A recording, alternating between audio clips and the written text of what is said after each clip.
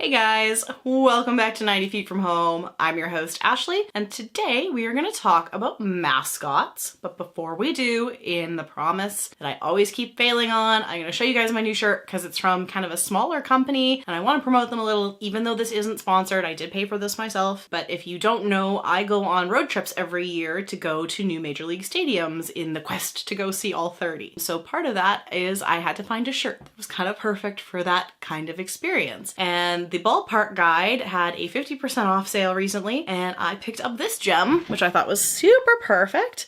Fastballs, walk-offs, hot dogs, and road trips.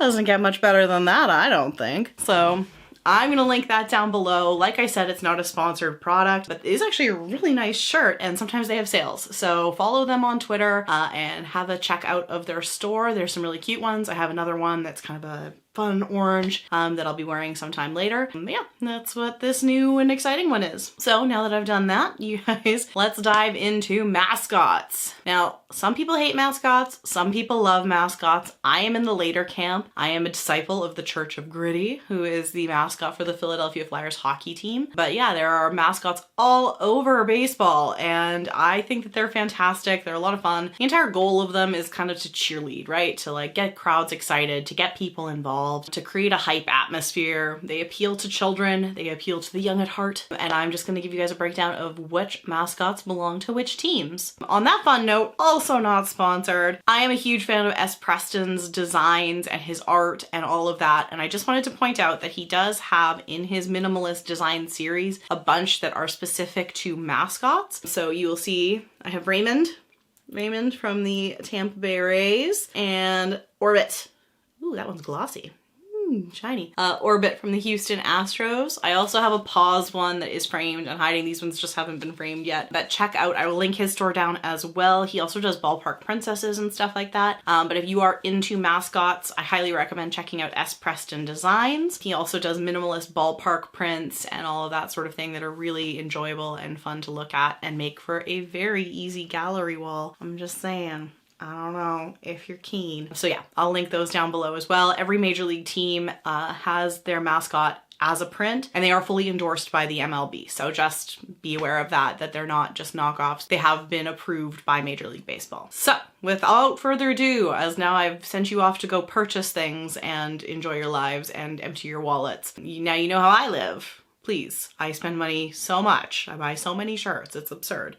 Let's get into mascots. And I will throw pictures of all the mascots up here and maybe cut in some video of ones that are especially fun. So these are actually gonna go alphabetically by mascot name as opposed to teams, which is how I typically do things. But yeah, that's just how they're broken down. So that's what we're gonna do here today. And just before we jump into it, I should note that there are 3 current teams that do not have mascots. The New York Yankees, who used to have a mascot named Dandy, and he was terrifying. I'm gonna throw a picture of Dandy up here just for your enjoyment, and I would love for them to bring him back, but apparently they had to get rid of him because he was so badly harassed by the Yankees fans, and that makes me real sad. And the other 2 teams are the Los Angeles-based teams, the Angels and the Dodgers. Neither of them have mascots, and part of me wonders if that's because of their proximity to Universal and Disney, where there are characters in costume at all times. Maybe they just didn't feel like they needed one. I mean, the Angels in Anaheim are so close to Disney and Universal, it's ridiculous. So who knows? I don't actually know why they don't have mascots, but there you go. So first up is Ace, who is the Toronto Blue Jays mascot. And since 2004, Ace has been the mascot for the Blue Jays. Ace, of course, refers to a pitching ace, which will be a lingo lesson probably later this week. And that is how he got his moniker. The Milwaukee Brewers have Barrel Man, who is literally a man in a barrel and used to just be a logo, but then was upgraded to an actual costumed mascot in 2015. He is not the only mascot for the Brewers though, so just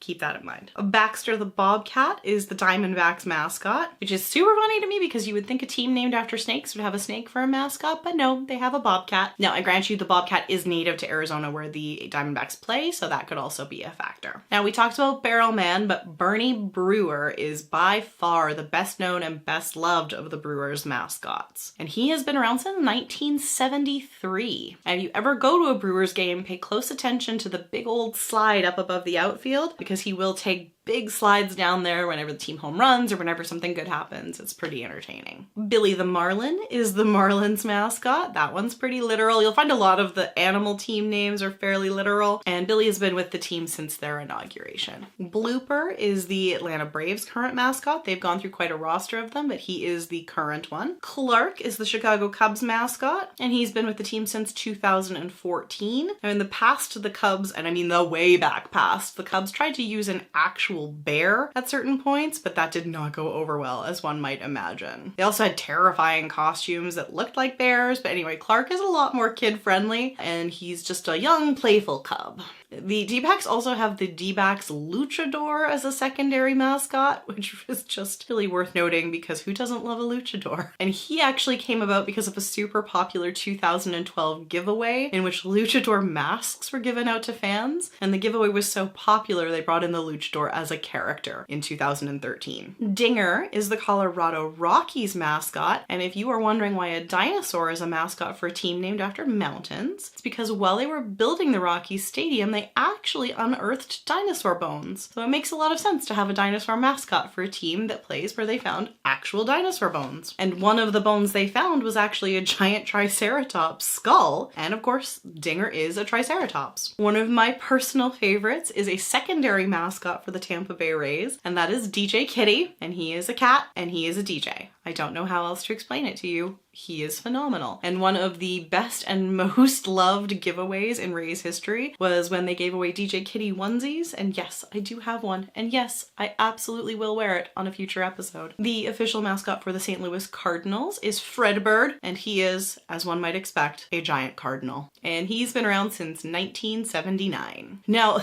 you're gonna hear a lot of Cincinnati Reds mascots throughout here because I think they have like 4 or 5. So don't be surprised as we go down this list if we continue to have more and more Reds mascots because they've got a lot. Gapper is one of them, and he's been around since 2002. He is a furry companion to Mr. Red, which I don't know what he is, but he's weird and he's a Muppet-like creature, and those seem to be very popular for mascots. So that's Gapper. Junior is another Blue Jays mascot who is the younger brother of Ace, and he only shows up on Kids Sundays, and he's only been around since 2011. Lucille is the San Francisco Giants mascot, and in spite of having a name that sounds like Lucille, he is officially referred to as a he in his biography, so be aware of that. And he has been around since 1996 for the Giants. The Seattle Mariners have the Mariner Moose, and he was the 1990 winner of a kids contest to pick the new Seattle Mariners mascot. Mr. Met is, of course, the Mets mascot, and he has the distinction of being MLB's first live-action mascot. He has been around since 1964. His partner, Mrs. Met, has actually been around since 1975, though she fell out of use for quite some time before reappearing in 2013. Mr. Red is another one of the mascots for the Cincinnati Reds, and while he is one of their first mascots, he is not necessarily their most popular. He looks a lot like Mr. Met with a giant baseball head and just kind of an anthropomorphic baseball figure. And he's kind of come in and out of use over history. He is currently used by the Reds, but has kind of dropped out of popularity, with Mr. Redlegs being the more popular. Now, Mr. Redlegs came back into popularity in 2007, and if you are ever in Cincinnati, you will see him everywhere, literally, because there are statues of Mr. Redlegs all over the place. Orbit, who is, I think I am very biased to say, one of the best mascots in baseball, is the Houston Astros mascot, and his name, of course, refers to, as many things in Houston do, a space orbit, an orbit in space. And he is a weird green fuzzy alien thing, and possibly one of the most entertaining mascots ever, if I also count one of the ones further down the list in the P section. But I'm just gonna throw in an Orbit video because Orbit's a delight and everybody should enjoy this, and my videos aren't monetized anyway, so MLBPA and MLBAM, thank you for letting me use this without suing me because I make no money. I appreciate it.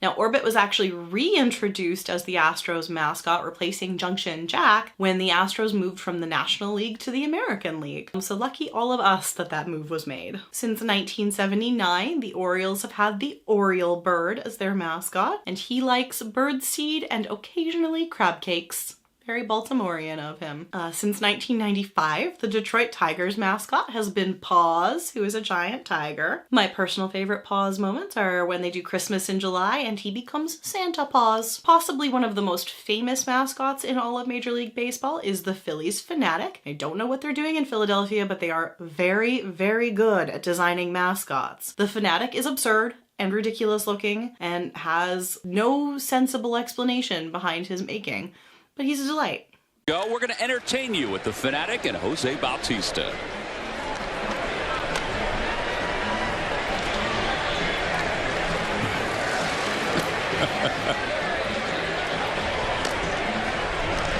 First it was Bautista who was challenging the Fanatic to adhere to his exercise program. Jose did not like it. The fans certainly did. If I can read his hands properly, I'd say he gave him a 5 out of 10 on that. No way the Fanatic was going to be able to do that. I don't know if he was trying to do it or if he was saying you win. But then the Fanatic said, all right, listen, I've got a challenge for you. Listen to the reaction of the crowd in the background. I mean, it was funny. Bautista did try. Little slower. The Pittsburgh Pirates have the Pirate Parrot, which is a lot of P's to say in one sentence. They have also been around, and the Pirate Parrot has also been around since 1979. Now the Pirates also have the Pierogies, which are just 7 people dressed like pierogies who help with in-game promotions. They're kind of like a secondary mascot. The Washington Nationals have the Racing Presidents. And if you've ever been to a Nationals game, the president race is a very, very big deal. And it features all the presidents from Mount Rushmore: George Washington, Thomas Jefferson, Abraham Lincoln, and Theodore Roosevelt. In 2013, they also added William Taft, and Calvin Coolidge and Herbert Hoover have also been included in the race. Now, for about 6 years, between 2006 and 2012, the running joke, no pun intended, was that Teddy Roosevelt was not allowed to win. Teddy could never win. It was a big deal. No winning for Teddy Roosevelt. But in October 2012, Teddy finally won his first race. Teddy Roosevelt, that poor guy, hasn't won a president's race in D.C. in 525 races. Don't do it. No. Don't jinx him. I don't like it. Can he do it? Oh, my goodness. Oh, the Phillies is, oh, no. The fake Philly Fanatic is in the mix. And Teddy Roosevelt is going to win this thing. Don't trip, Teddy. Don't trip, Teddy. His glasses are falling off, but he's the winner. Here's the secret. That's Strasburg inside that uniform right there. The St. Louis Cardinals have another kind of secondary mascot called the Rally Squirrel, and he kind of showed up after the 2011 NLDS. And this happened because Roy Oswalt, the pitcher at the time, had a squirrel kind of run at him during the game, and the clip became very, very popular. And this was before Twitter was even crazy, like, active, but it's a very well-known moment in Cardinals postseason history. Condition or something that just now popped up. And there's a squirrel that ran right in front of home plate. We saw the squirrel yesterday, and now he's in the stands. So obviously with tickets for each of the first 2 games here in St. Louis. And Oswald now talking to the home plate umpire Angel Hernandez about the distraction this was. Here it is. The Texas Rangers have a Palomino horse known as the Rangers Captain, and he has been around since 2002. He wears a 72 on his jersey, which is meant to commemorate the year that the Rangers came to the Dallas-Fort Worth area. Raymond is the primary Tampa Bay Rays mascot, and he is a sea dog. Rosie Red is another one of the Reds mascots. Rosie Red has been around since 2008. The Milwaukee Brewers also have the Sausages, a Bratwurst, a Kubasa. I say Kubasa. Kielbasa, I don't know. You guys can be wrong or right, whatever you want. The Italian Sausage and the Spanish Chorizo. Screech has been the Washington Nationals' official mascot since 2005. So while the presidents may get all the glory, Screech is the official mascot for the team. Slider is the Cleveland Indians mascot, and he has been around since 1990. Slugger, with 3 R's, hence maybe it's a growl? I don't know. He's a lion. He's been around since 1996, and he is the official mascot of the Kansas City Royals. You know, king of the jungle, royal. I think there's a logic there. Southpaw is another weird looking Muppety thing, and he is the Chicago White Sox mascot. Stomper is the Oakland Athletics mascot, and he is an elephant. And this is actually a really cute backstory. Well, cute, but it's storied.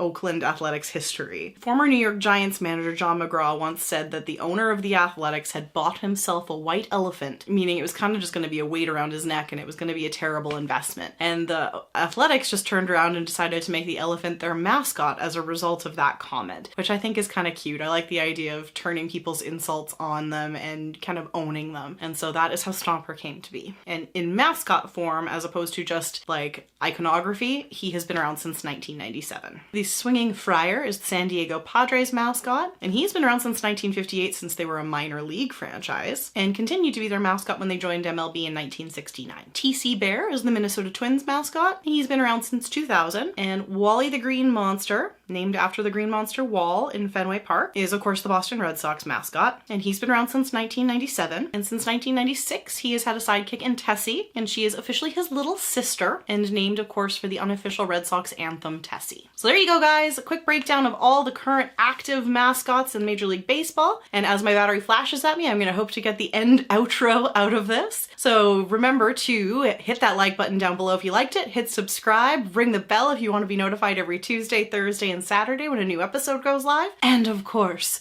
you can follow me on Facebook, Instagram, and Twitter at 90 Feet From Home. Hope you guys have an awesome day. Tell me down below who your favorite mascot is, and I will see you guys next time. Bye!